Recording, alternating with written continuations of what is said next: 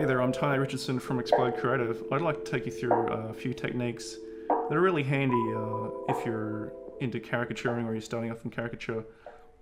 The first thing I want to show you is a way of getting a nicely exaggerated head shape for a good likeness. And a lot of caricaturists will tell you that the head shape is possibly the most important part of the likeness. So let's have a look at Ron Perlman here as an example.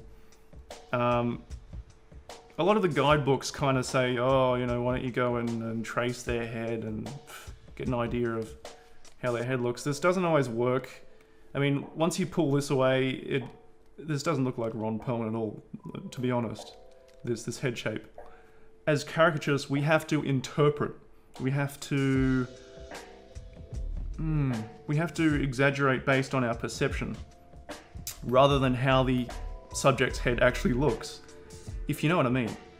It's all about perception. So if you closed your eyes right now and thought about Ron Perlman, you know, in his role in Sons of Anarchy or whatever, Marvel movies or whatever.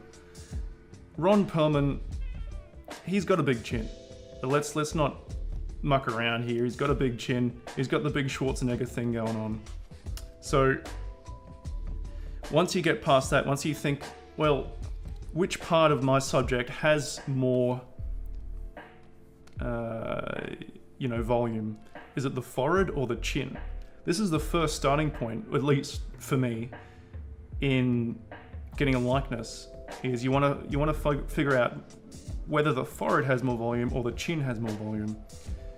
Not so much about the volume in the way that they actually are, but whether the forehead or the chin are a more noticeable aspect of the subject's face. So once we've established that Ron Perlman's chin is bigger, is more noticeable than his forehead, not that it's actually bigger,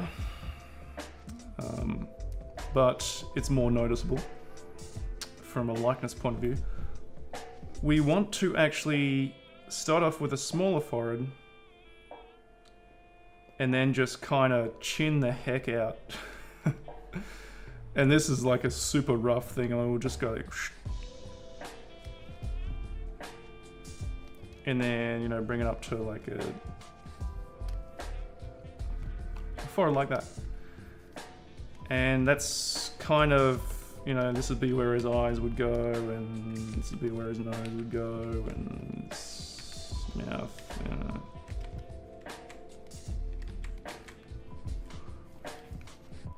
But moving along, in this step, I just want to show you how to get the head shape.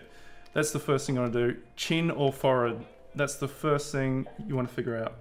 And then you draw your head shape. As a second example, let's have a look at Woody Allen.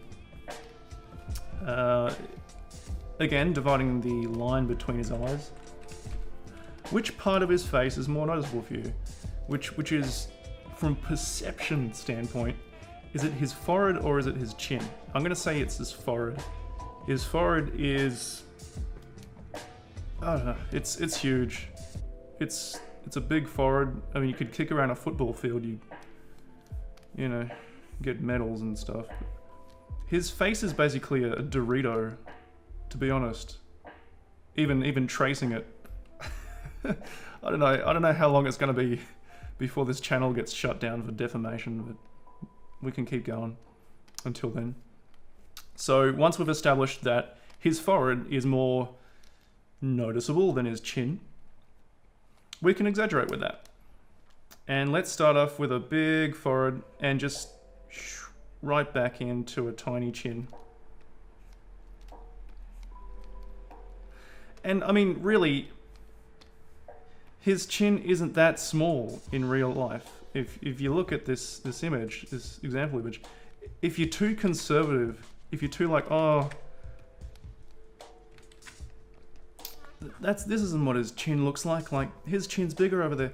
But exaggeration, when you're doing the forehead / chin decision, you want to make either the forehead or the chin really small or really big. So if one's really big, the other has to be really small.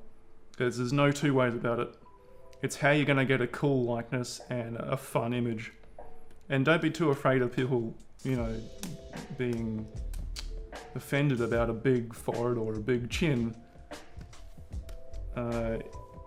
This is all about getting your own stylistic look into your caricature toolbox.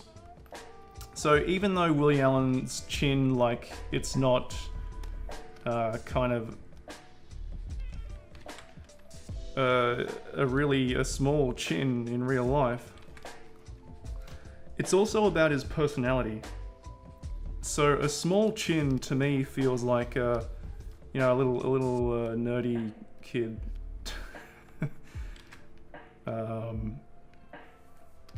You know, if we really pulled this chin in and made it a super weak one that kind of hangs back like that, and then maybe his glasses would be like the biggest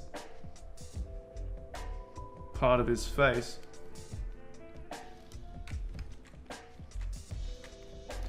See, that's the likeness. That's the Woody Allen likeness. Even though his everything here is definitely not within the structural dimensions of his actual face.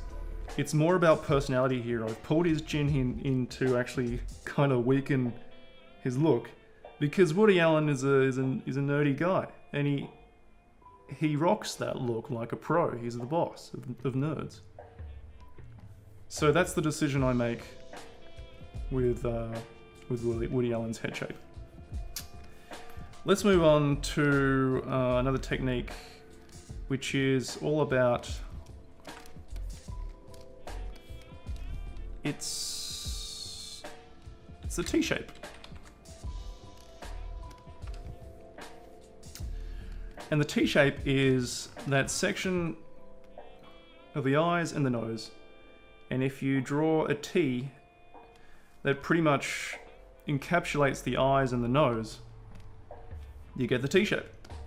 So let's have a look at, that's Ron Perlman's T-shape there. Let's have a look at Woody Allen's T-shape. His nose is a little thinner than Ron Perlman's, and a little tiny bit longer. Or maybe not. So Ron Perlman's T-shape, he's got really narrow eyes, I guess. So we can use that as a basis for exaggeration. His nose comes out quite largely.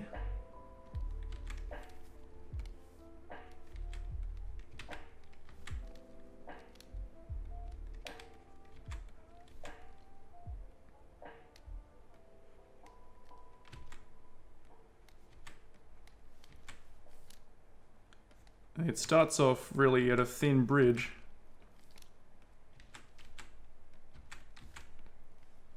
And then, yeah, that's his kind of T-shape.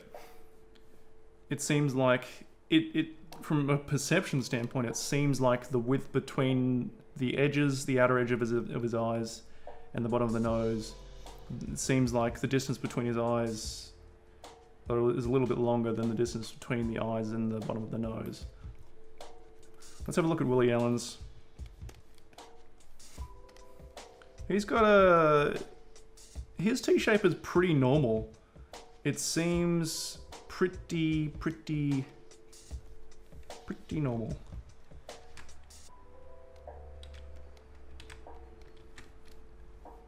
I mean, yeah, it seems like a pretty normal capital T. Even the nose is kind of almost as thin as the eye line. So if we just go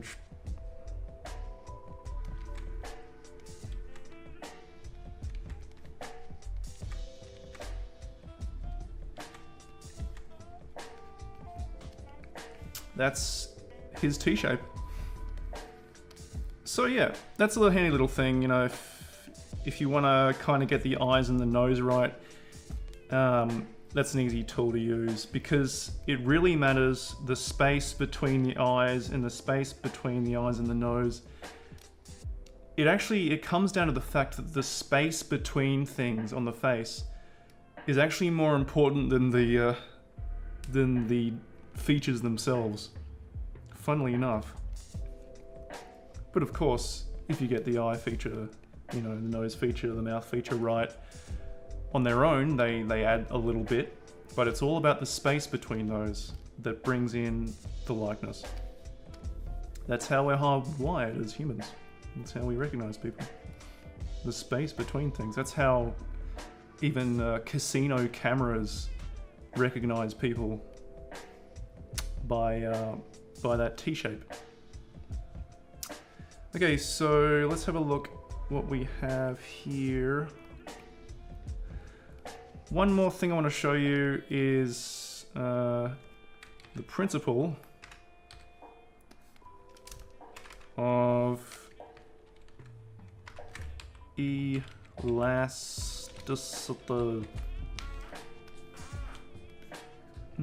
That wasn't me farting, that was my chair, believe me.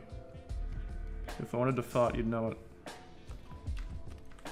Elasticity is basically,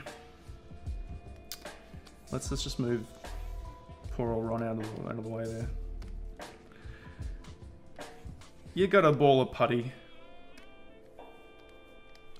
Now let's say you squeeze the middle of the putty. Well, the sides are squeezed in, but the volume of that ball of putty is going to make it so that the rest of it's going to kind of bulge out.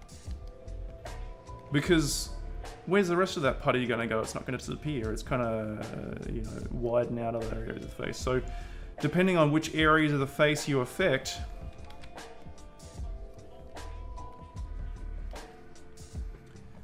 there's always a reaction on the other side. So there's always got to be a constant amount of volume in someone's head shape. This is what I mean when I'm talking about a ball of putty. I'm not just talking about rubbish, you know, going into Play-Doh and rah-de-rah. I'm talking about people's head shapes. So if a normal head shape is kind of like this, and you go ahead and exaggerate the chin like that, as caricaturists, we have to make sure that the rest of the head falls in line with that change. So we've made more volume over here. We've got to take it away from somewhere else, if you get what I mean. So we're talking about Ron Perlman here. He's got more volume in his chin. We found that out in the first technique. So let's go ahead and put heaps of volume into his chin. Take it away from the forehead.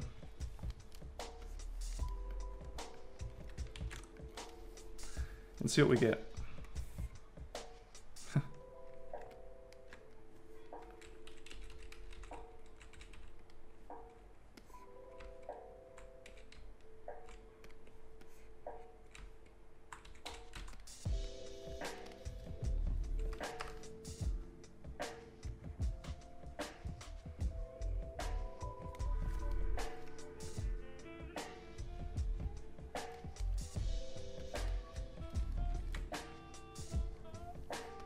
Okay. So that's what it's all about with elasticity. And also a little bonus tip here, I can see that his smile actually extends pretty much almost past his eyes, so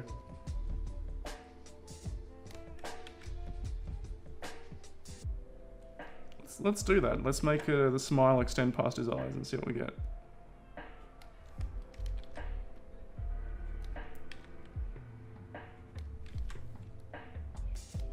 He's got a big old bottom lip. There's no denying that.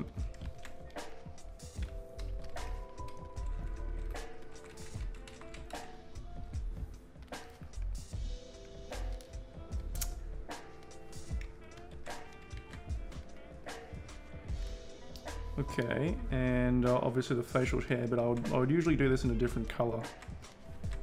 I'll just do this really quickly.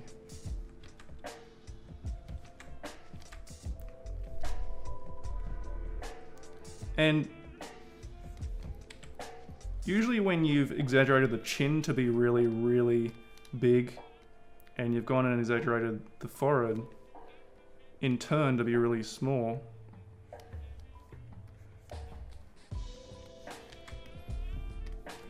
You want to kind of avoid making the hair as big as the chin. You want to avoid doing that just because, I mean, it's obvious that his hair looks quite big on his head. But by doing that, you're just kind of, you're equalizing the whole portrait. It's taking away that fun exaggeration. So if we kind of keep it on the conservative side, keep most of the volume on the chin still.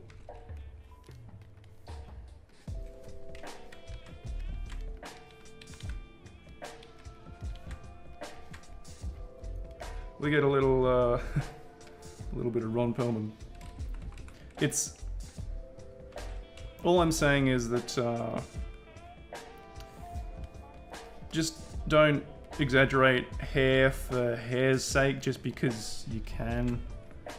I mean, it still looks like Ron Perlman, but it's getting more kind of Ronald McDonald than anything. On the other hand, we're going to go over to Woody Allen now, and I'm going to show you what to do with people who have the big forehead and the little chin. So again, with the elasticity, we've got a big forehead and a little weak chin that's going to come in and even hang back a little bit. Let's pull his mouth down here and his nose down here. Because having a mouth, the closer the mouth is to the chin, the weaker the chin is. It's as simple as it gets. So if I pull the mouth and the nose up, he's got a strong chin all of a sudden. But if we're going to keep that mouth next to the chin, he's got a weak chin. All right, and of course, the big glasses. I mean, there's really no way to avoid that with Woody Allen. That's his look. That's what he does.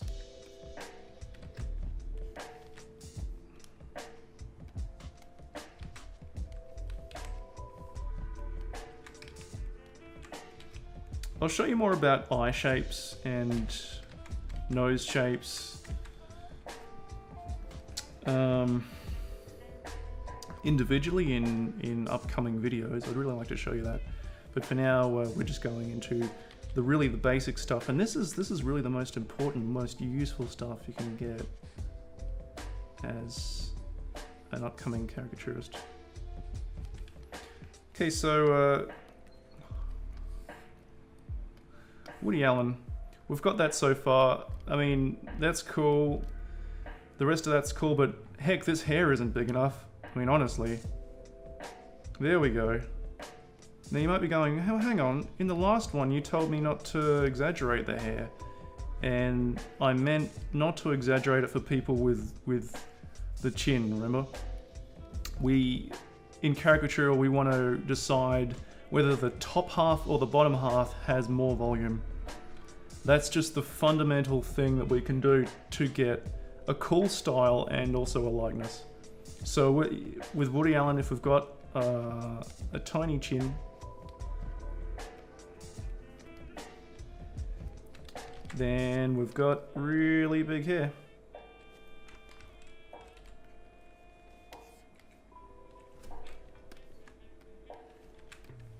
And obviously not missing out little details like, you know, that part of the hair and parts that come over the forehead, and actually how high his head actually gets before it touches the top of the head, and that sort of thing. So there we go. That's 3 techniques I wanted to show you here. I hope they helped. There's more techniques to come in some more videos. But for now, I want to give you 3 more quick tips. The first one is not to give people wrinkles just because they have them. I mean, heck, you know, Ron Perlman, he's got the wrinkles.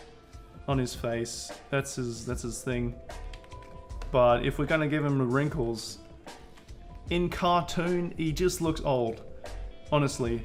And if you try to do as few wrinkles as possible, your subjects are going to be a lot happier with their caricatures.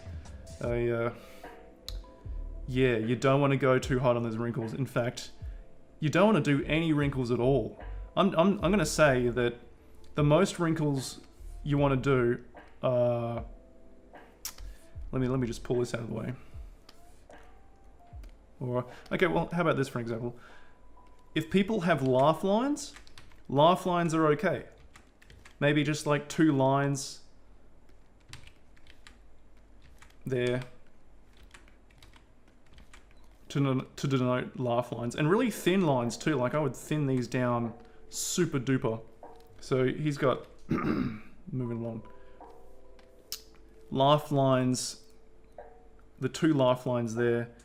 That's about as much as I would do for that.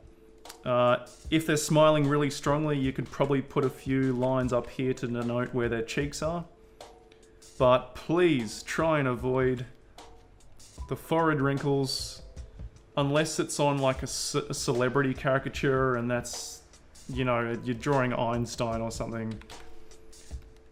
But these eyebrow wrinkles here sometimes do add likeness, so in Ron Perlman's case, yes, they were necessary. Also, sometimes there's 2 wrinkles here that, as we can see on Ron Perlman's face, come from up his chin past his mouth. So, if you really want to make that chin super duper noticeable, you're well within your power to put a couple of lines there. And again, someone's got a chin. I'm just talking about these lines. I'll do another one. Okay. Okay, so again with this one, line like that. Just try to avoid those forehead wrinkles. You can do the laugh lines if they've got a happy, laughy face. Even these ones that come from the nose, you want to avoid them a fair bit. You want to actually avoid them coming from the nostrils. And this is just what I do. This is what I've developed, because the more I do stuff that looks like this, I mean, he's getting old now, right? So avoid kind of pulling lines out from the nostrils to the mouth, and just put, I mean, if he's got some noticeable lines from there to there, right?